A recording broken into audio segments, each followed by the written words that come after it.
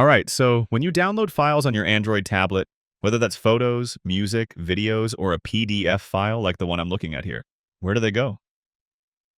I just downloaded a file I've moved on, but then need to go back and locate that file.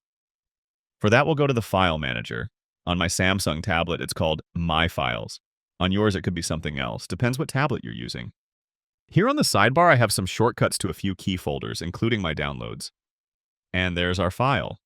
Or if I want, I can browse the folders both on my tablet's internal storage or the memory card that I have installed inside my tablet. You'll usually have default folders similar to mine, and one of them is the Downloads folder. I'll go here, and there's the file that I just downloaded. Some tablets have the option to add your Downloads folder on your home screen if you want to have a quick shortcut to it. I have a separate video showing how to do that, and I'll link it in the description if you're interested. Click the like button if this helped, and subscribe for more easy guides like this.